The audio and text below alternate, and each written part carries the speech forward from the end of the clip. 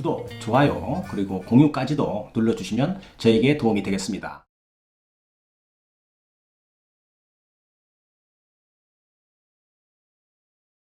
안녕하십니까.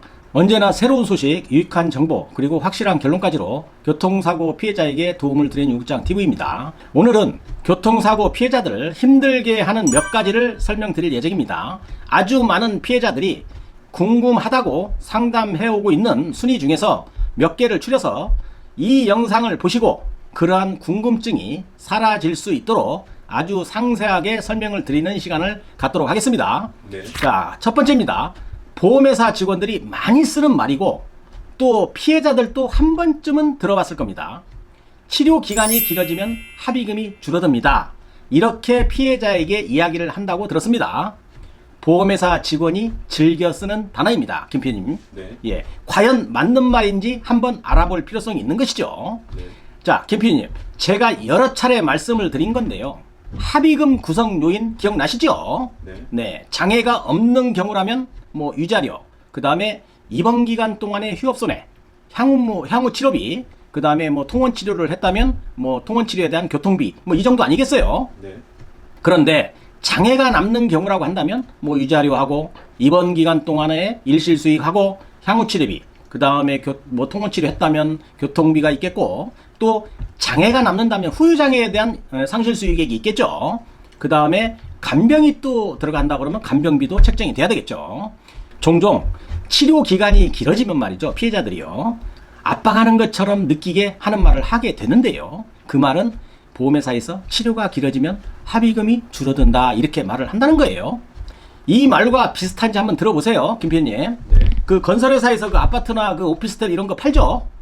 네. 예, 그럼 뭐 한 500가구를 분양한다 그러면 500가구 중에서 499개가 다 팔리고 한 개만 남았다고 상담자에게 이야기를 하면 구매자가 좀 조급하지 않겠어요? 네. 좀 빨리 사야 되겠다 이런 생각을 하는 것이죠. 네. 이런 심리를 이용하는 거 아닐까요? 제 생각에 그렇습니다. 네. 피해자가 치료 기간이 길어지면 합의금이 줄어든다는 말이죠. 그러면 피해자 입장에서는 빨리 보험회사와 합의금을 받아야 합의금이 줄어들지 않겠나 이런 생각을 하지 않겠어요? 네. 뭐 이거하고 다를 게 뭐 있어요?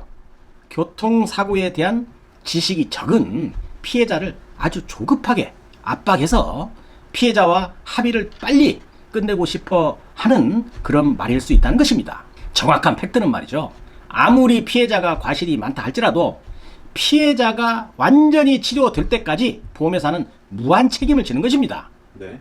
과실상계를 해서 피해자에게 주게 될 합의금이 전혀 없는 경우가 발생할 수도 있겠지만 이런 경우라 할지라도 치료는 완전히 책임을 지는 것입니다.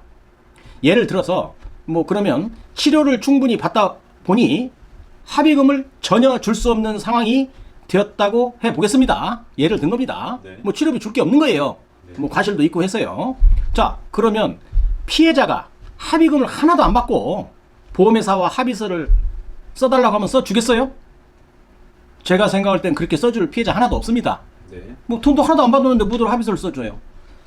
제가 봤을 때는 위로금 차원의 금액이라도 보험회사는 분명히 합의할 때 합의금을 주게 돼 있습니다. 네. 설사 합의금을 줄 것이 별로 없다 할지라도 보험회사는 어떤 명분을 만들어서라도 어느 정도는 합의금을 주면서 합의를 하자고 할 것입니다. 네. 그래서 이 말은 치료 기간이 길어지면 합의금이 줄어든다, 이 말은 아주 특별한 경우를 제외하고는 이론적으로는 맞는 말이지만 현실적으로는 맞지 않는다 라고 이해를 하시면 되겠습니다. 네. 네, 김 PD님. 자, 그러면 이제는 피해자들 그런 말을 들었다고 하더라도 겁먹지 않아야 되겠죠? 네. 네, 다음은 자 두 번째인데요. 진료기록 및 영상 CD 이런 걸 주면 뭐 자기네들이 자문 받아서 합의금을 잘해주겠다 라고 이야기를 한다는 것입니다. 자, 김 PD님, 오늘 주제가 무엇이죠? 네. 보험회사 새빨간 거짓말 세 가지입니다. 네, 그렇습니다. 그렇다면 그 보험회사 하는 말을 믿어야 될까요? 김 PD님, 네. 물 탄다는 말이 어디에서 유래됐는지 제가 설명을 한번 드려보겠습니다. 네. 자, 예전 영상에서도 정밀검사 CD나 진료 기록지, 수술 기록지 등을 보험회사에 주지 말라고 하였습니다. 네. 또 라떼라는 말 또 나옵니다. 여기에서. 네네. 자, 이해를 돕기 위한 것이니 거부감 갖지 마세요, 김 PD님. 네. 제가 이제 예를 들어서 말씀드립니다. 지금은 대한민국이 선진국이 되었죠. 네. 그런데 1960년대, 70년대 이전에는 우리나라 지지도 못 사는 나라였습니다. 네. 대부분의 국민들이 즐겨 먹는 술이 막걸리였어요. 네. 그 막걸리는 양조장에서 일반 술집으로 막걸리를 보내면 그 술집에서는 큰 독 있죠. 네. 그 독에다가 막걸리를 담아 놓습니다. 네. 여기에 막걸리를 보관하고 있다가 일반 소비자가 막걸리를 사러 오면 그때는 대박으로 팔았어요. 네. 한 대, 뭐 두 대 이런 식으로. 네. 그럼 한 주전자에다가 한 대를 팔던 그런 시절이었어요.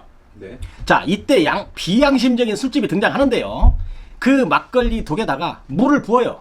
네. 그래서 희석을 해서 팔면 부당 이득을 얻게 되니 그런 못된 짓을 많이 하던 시절이 있었어요. 네. 자, 그렇다고 막걸리가 좀 싱거워졌겠지만 그렇다고 술이 아닌 것은 아니잖아요. 네. 그 말에서 비유된 것이 물타기 수법이라는 겁니다. 네. 자, 이 말은 즉 나쁜 방법이라는 것을 의미하는 것이죠. 네. 자, 어디 비슷한 거 한번 보세요. 얼굴이 착해 보여가지고 보험회사 직원에게 막 CD하고 진료기록, 수술기록지 이런 걸 다 줬다고 한번 생각해봐요. 보험회사 직원이 나중에 자문 결과라고 가져올 때는 꼭 이런 말 합니다. 예를 들어서 무릎에 전방 십자인대 파일로 뭐 29% 영구장이라는 거 이제 김 PD 아시죠? 네. 그거 잘 아실 겁니다. 요즘에 여러 번 얘기했으니까요. 네네. 그런데 결과를 갖고 오면서 자문 결과는 14.5% 영구장애라고 이렇게 물탑니다. 네. 또 아니면 뭐 29% 장애는 맞는데 한시적으로 5년밖에 장애가 인정이 안 됐네요.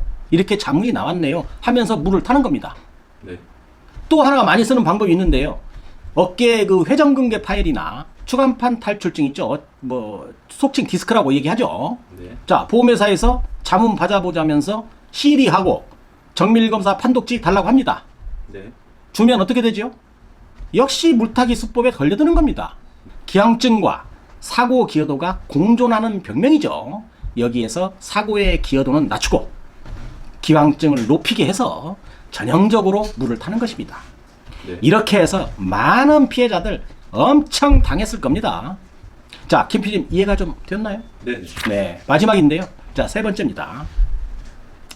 보험회사 특인을 받아서 합의금을 많이 주겠습니다. 이런 말도 많이 합니다. 네.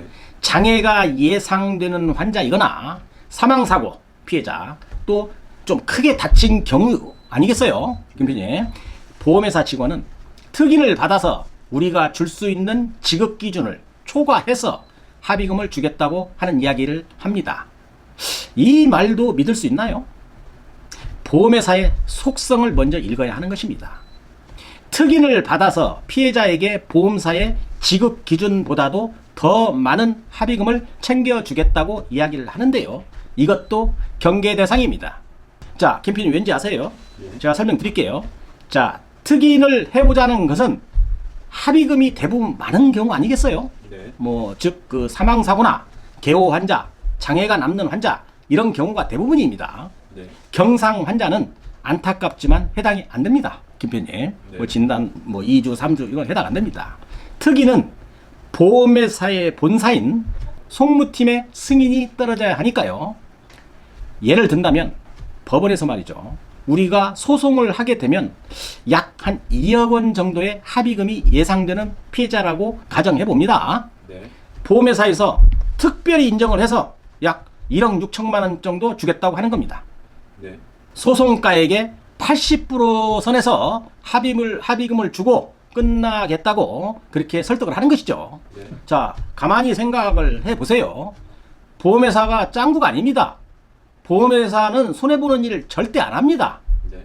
자, 특인을 해서 1억 6천만 원을 주겠다는 것은 역설적으로 이야기를 하면 법원에 소송을 하게 되면 그 금액보다도 20% 이상 더 받을 수 있다는 반증인 것입니다. 네. 자, 그러니 보험회사는 확실히 주어야 할 돈에서 20%를 삭감하고 80%만 주겠다고 하는 것이죠. 네. 자, 그러면 교통사고 피해자들은 이 제안을 어떻게 판단해야 될까요? 물론 전문가와 아주 치밀한 분석을 한 후에 결정을 해야 되겠지만 저는 두 가지로 분류를 해봤습니다. 네. 첫 번째, 특인을 받아들여야 할 피해자는 말이죠. 마음이 좀 조급한 사람들이 있어요. 피해자들. 그 다음에 마음이 그 어떤 결정을 하고도 쉽게 번복하는 사람이 있습니다. 네. 또 그 인내심이 조금 부족한 분들이 있거든요. 네. 이런 분들은 특인 받고 그냥 합의금 받고 끝내야 됩니다. 네. 그런데 특인을 받지 말고 끝까지 가야 될 사람은 아주 의지가 강한 사람들이 있어요. 네. 또 기다릴 줄도 아는 사람이 있습니다. 또 내가 입은 피해에 대해서 강한 권리를 찾고자 하는 사람들이 있는데 이런 분들은 특인 받지 마시고 특인 결정을 전문가와 잘 상의해서 소송으로 갈 것인지 특인을 받아들일 것인지를 한번 체크해 보시라는 겁니다. 네. 오늘 영상은 여기서 마치도록 하겠습니다. 김 PD님. 네. 오늘 또 육장TV를 끝까지 시청해 주셔서 감사합니다. 다음 시간에도 더 좋은 콘텐츠로 여러분을 찾아뵙도록 하겠습니다. 감사합니다.